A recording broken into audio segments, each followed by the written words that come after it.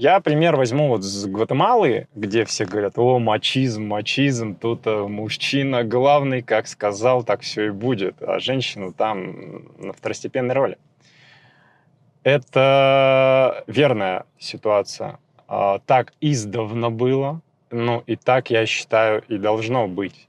То, что мужчина теряет, вот эту энергию и не может управлять мужской — это другая история.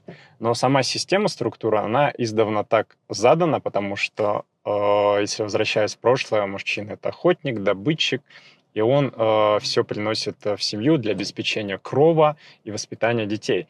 А женщина — это хозяйство, быт и, ну, кормление ребенка.